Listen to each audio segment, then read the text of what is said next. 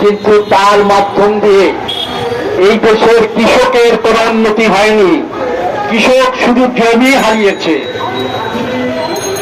এই জমি হারাচ্ছে কেন? কৃষকের উপরে জমির অধিকার থাকছে না কেন?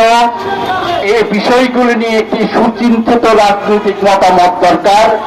সেই কারণে ভূমি সংস্কারের একটি গুরুত্বপূর্ণ দাবি উঠে আসা দরকার। আমরা মনে করি আমরা রাষ্ট্রের মালিক, কৃষকেরা রাষ্ট্রের মালিক, শ্রমিকেরা শ্রম ঘাম দিয়ে এই উৎপাদন ব্যবস্থা টিকে রেখেছেন। কৃষকেরা তাদের ফসল উৎপাদন করে আমাদের মতো প্রাণ পড়া ভদ্রলোকদের খাওয়ার জোগাড় দিয়েছেন।